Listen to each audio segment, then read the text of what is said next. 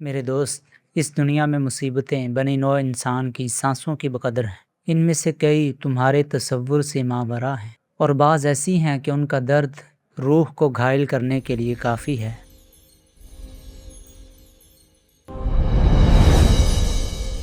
ہر گھر میں شکاوت کا ایک الگ باب قائم ہے، ہر شخص کی بے سکونی کا ایک الگ فسانہ ہے، ہر انسانی جان اپنے حصے کی بے سکونی اور بے آرامی کو کاٹ رہی ہے۔ یہ درد بشریت کی مشترکہ میراث ہے، لیکن بات پتہ کیا ہے؟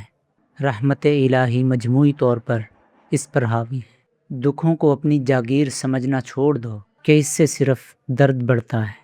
اپنے حصے کی رحمت ڈھونڈنے کی کوشش کرو اور اس پر قناعت کرو۔ یہ 2 گھڑی کی حقیر سی زندگی آسان ہو جائے گی، بالکل اپنی اوقات پر آ جائے گی، اور یہ رحمت قطعاً عیش و عشرت کا نام نہیں ہے۔ دوسروں کی مدد کو لپکتے ہاتھ، اخوت صادقہ، گناہ پر تنبیہ کرتا دوست، کوئی بے لوث مسکراہٹ، ماں کی ممتا، باپ کی انکہی تڑپ جو وہ اپنے ساتھ لے کر قبر کے اندر اتر جاتا ہے، پھول سے بچوں کی کلکاریاں، مسجد میں گزرا وقت، نالائے نیم شب، دعا کے لیے اٹھتے ہاتھ، بارش کی بوندیں، تفکر سے آباد تنہائیاں، علم کی لذت، ڈائری کے ورق، یہ سب اس ربانی رحمت کے مختلف مظاہر ہیں جس کی وسعت سب تکالیف کو گھیرے ہوئے ہیں۔